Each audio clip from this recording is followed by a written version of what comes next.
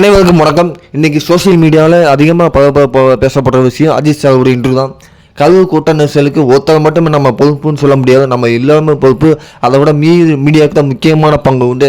என்ன காரணம் பார்த்தீங்கன்னா, மீடியா தான் அதிகமாக அந்த ஒரு ஆர்வத்தை தூண்டுறது மீடியா தான்.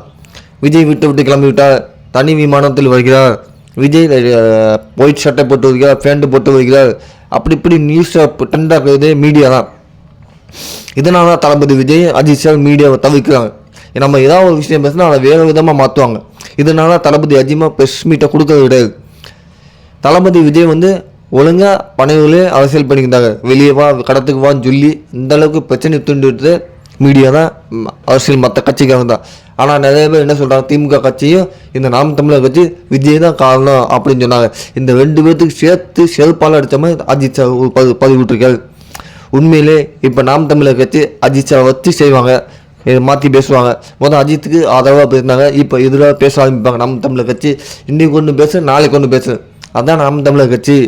கண்டிப்பாக இது விஜய் சாருக்கு சப்போர்ட்டாக அஜித் சார் பேசலை, பொதுவான கருத்தை சொன்னாங்க. கண்டிப்பாக இந்த மாதிரி தைரியம் அஜித் சார்கிட்ட இல்லை. அஜித் இதை கற்றுக்குங்க. ஏன்னா உங்களை கேவலப்படுத்துறாங்க.